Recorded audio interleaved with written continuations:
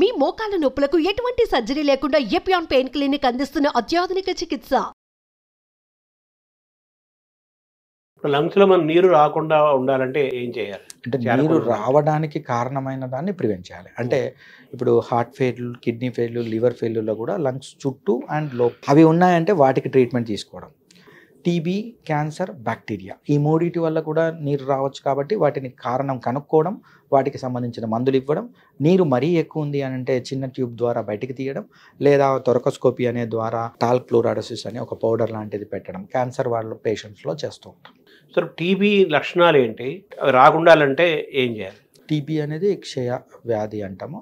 So దీని లక్షణాలలో ఒకప్పుడు క్షయ పేషెంట్ ఎవరైనా ఉన్నారంటే పక్క వాళ్ళు కూడా గుర్తుపట్టేట్టు ఉండేది. ఎందుకు? వాళ్ళలో ఉన్న ఇమ్యూనిటీ తక్కువ ఉండడం వల్ల, లేక క్షయ యొక్క రోగం లక్షణాలు అనేవి చాలా ప్రస్ఫుటంగా ఉండేవి. అంటే దగ్గు రావడం, దీర్ఘకాలిక దగ్గు. దీర్ఘకాలికం అని ఎప్పుడు?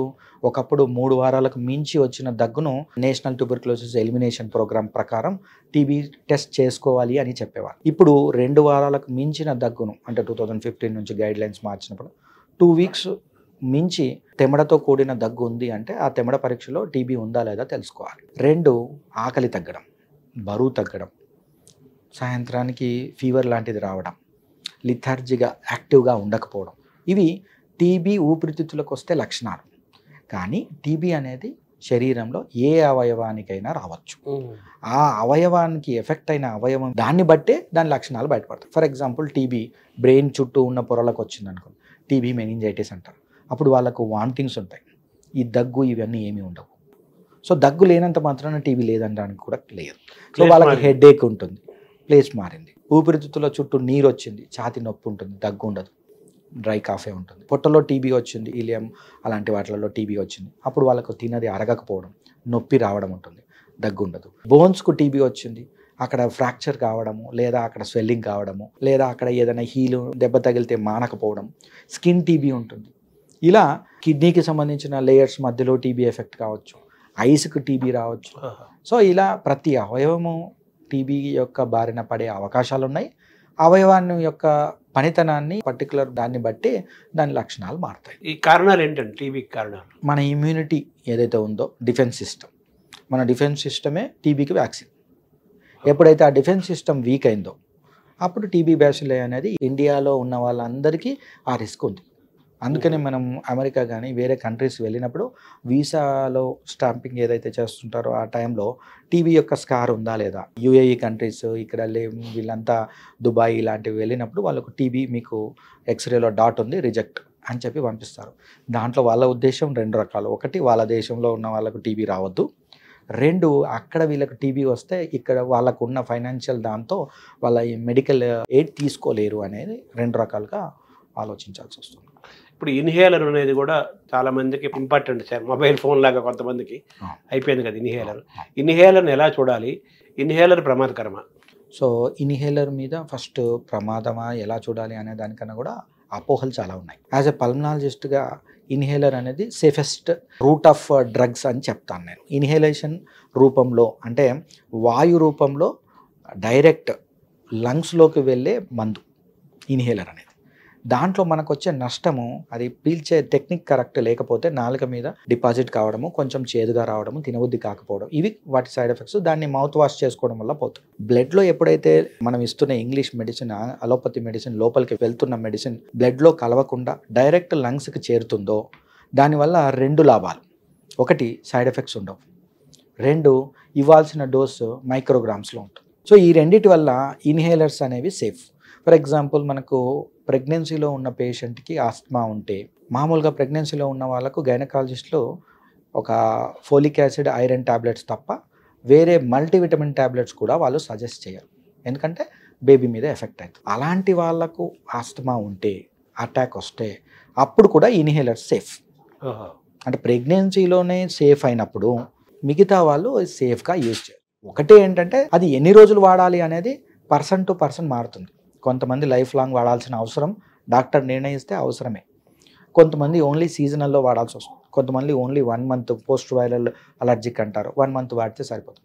సో ఒక్కరిని దృష్టిలో పెట్టుకొని జనరలైజ్డ్గా ఇన్హేలర్ వాడొద్దు, వాడితే అలవాటు అయిపోతుంది, అడిక్ట్ అవుతుంది, అది మంచిది కాదు అనడం కరెక్ట్ కాదు. సో ఓవరాల్గా ఇన్హేలర్ ప్రమాదకరం కాదు, సేఫ్ అండ్ అడ్వైజబుల్. ఈయన ఇండికేటెడ్ పర్సన్, ఎవరికైతే అవసరమని నిపుణులు చెప్తారో వాళ్ళలో ఇట్ ఈస్ సేఫ్.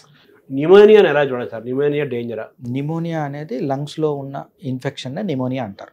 అంటే ఊపిరితిత్తుల లోపల స్పాంజ్ లాగా ఉండాల్సిన ఊపిరితిత్తులు ఈ ఇన్ఫెక్షన్ మెటీరియల్తో ఫిల్ కావడం వల్ల ఆక్సిజన్ తగ్గిపోవడము, కొన్నిసార్లు అది ప్రాణాంతకంగా మారడము, వెంటిలేటర్ మీదకి వెళ్ళడము. సో నిమోనియా అనేది యంగ్ ఇండివిజువల్స్లో ఈజీగా ట్రీట్మెంట్ ఉంటుంది, బయటపడతారు. ఎప్పుడైతే నిమోనియా ఉన్న పేషెంట్కి ఆక్సిజన్ అవసరం పెట్టడం, వెంటిలేటర్ మీద ఉన్నప్పుడు ప్రాణాంతకం, అది ప్రమాదకరమే. సో నిమోనియాకు మనకు మెరుగైన చికిత్సలు అందుబాటులో ఉన్నాయి. ఆ నిమోనియాకు కారణాన్ని బట్టి తెమ్మడ పరీక్ష కానీ, బ్రాంకోస్కోపీ కానీ, బయాప్సీ కానీ ఇలాంటివి చేసి కారణాలు కనుక్కొని దానికి తగ్గట్టుగా ప్రతిదానికి ట్రీట్మెంట్ అయితే ఉంది. ఇప్పుడు కొంతమందికి ఉన్న పళ్ళంగా సడన్గా శ్వాస తీసుకోవటం ఇబ్బంది అవుతుంటుంది కదా, దాన్ని ఎలా చూడాలి, ఎలా నివారించాలి? సో శ్వాస తీసుకోవడం ఇబ్బంది కావడం మీరు అన్నట్టు రెండు రకాలు. ఒకటి స్లోగా గ్రాడ్యువల్గా పెరగడం, దానికి కారణం టీబీ కావచ్చు, బ్యాక్టీరియా కావచ్చు, ఫైబ్రోసిస్, స్మోకింగ్, ఇవన్నీ. సడన్గా నిన్న బాగుండి ఈరోజు ఆయాసం వస్తుంది అంటే ఫస్ట్ మనం చూడవలసినవి పల్మనరీ ఎంబాలిజం అంటారు. పల్మనరీ ఎంబాలిజం అంటే రక్త సరఫరా ఏదైతే ఊపిరితిత్తులకు ఉంటుందో పల్మనరీ ఆర్టరీస్, వాటిల్లో బ్లడ్ గడ్డ కట్టుకోవడం. ఒక రకంగా చెప్పాలంటే హార్ట్ అటాక్ లాగా లంగ్స్ సంబంధించిన అటాక్. ఎవరిలో వస్తుంది? ప్రెగ్నెన్సీ ఉన్న వాళ్ళలో వచ్చే ఛాన్స్ ఉంటుంది. రక్తనాళాల్లో రక్తం అనేది ద్రవ రూపంలో కట్ చేసి బయటకు వచ్చిన తర్వాత ఘన రూపంలో ఉండాలి, అది నేచర్. రివర్స్ అయినప్పుడు అంటే రక్తనాళాల్లో రక్తం ఘన రూపంలో ఉన్నప్పుడు అది గడ్డగట్టి క్లాట్ లాగా మారి పల్మనరీ ఎంబాలిజం లాగా ఊపిరితిత్తులకు బ్లాక్ చేయడం వల్ల బయట నుంచి వచ్చే ఏదైతే గ్యాస్ అనేది, ఆక్సిజన్ అనేది లంగ్స్లోకి అందకపోవడము, ఆయాసం రావడము జరుగుతుంది. కొన్నిసార్లు అది ప్రాణాంతకం కూడా కావచ్చు. పర్టికులర్లీ ఇప్పుడు లాంగ్ డ్రైవ్ చేసే drivers, long flight air travel చేసేవాళ్ళు, వీళ్ళకు కాళ్ళు అనేవి కదిలియకపోవడం వల్ల, అంటే మామూలుగా కాళ్ళల్లో ఏదైతే కాఫ్ మజిల్స్ ఉంటాయో అవి ఏం చేస్తాయి, పెరిఫెరల్ హార్ట్ అంటారు ఇక్కడ ఉన్న కాఫ్ మజిల్, అవి ఏం చేస్తాయి, మనము యూజ్ చేయడం వల్ల, కదిలియడం, నడవడం, వాటి వల్ల రక్తం అనేది ఊపిరితిత్తులకు చేసే రక్తనాళాల్లో లీడ్ అయ్యే ఏదైతే రక్తనాళం ఉందో కాళ్ళ నుంచి డైరెక్ట్ అక్కడికి వెళ్తుంది. ఇక్కడ కదులుతూ ఉన్నామంటే అది లిక్విడ్ ఫామ్లో ఉంటుంది.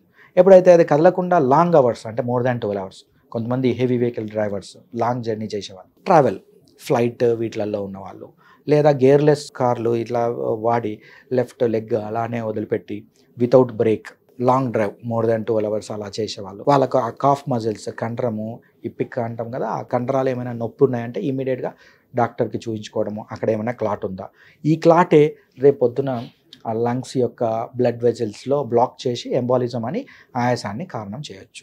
లేదా ఊపిరితిత్తులకు సంబంధించిన బయట ఉన్న పొరల మధ్యలో ఎయిర్ అనేది లీక్ కావడం, సో అది న్యూమోథొరాక్స్ అంటారు. అది కూడా ఒక రకమైన ఊపిరితిత్తులకు సంబంధించిన ఎమర్జెన్సీ. సార్ మామూలు పొద్దున్నే పాలల్లో పసుపు వేసుకొని తాగితే చాలా మంచిది, లంగ్స్ క్లీన్ అవుతాయి అంటుంటారు, నిజమేనా?